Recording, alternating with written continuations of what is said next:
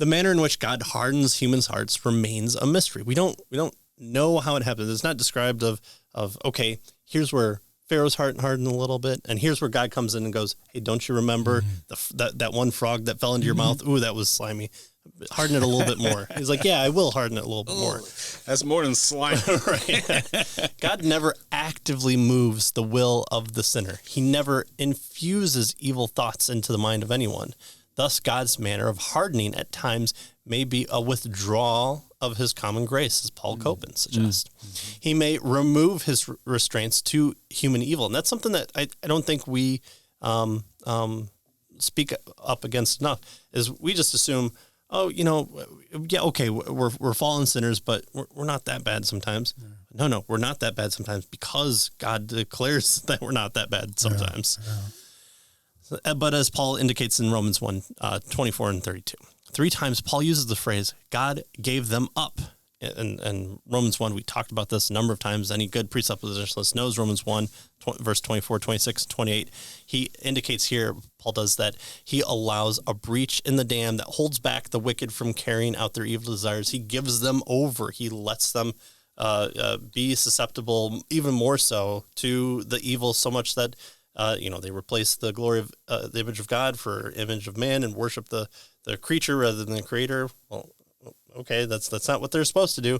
And calamity befalls them even more and more and more, showing the depravity and degradation that comes from it. And we see actually the other side of it, right? This, Christensen tells us the manner in which God hardens hearts remains a mystery. But notice in Romans chapter 1, what we see is the manner in which God keeps us from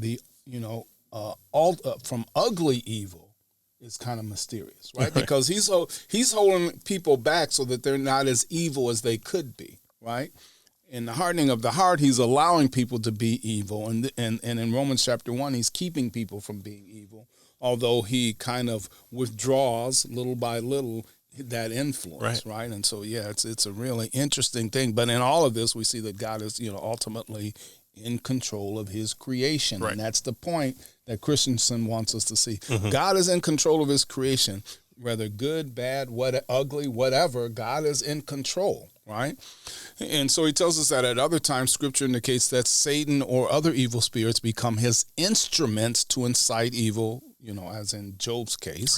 Right. And so in this sense, we might say that God permits sin and evil, and yet he tells us this is not a passive or bare permission, but rather a deliberate, active, or willing permission. Right? Scripture uses, he says, a range of language to indicate that all evil is ultimately part of God's purposeful decree. And so we must not avoid the language of divine causation or determination, right?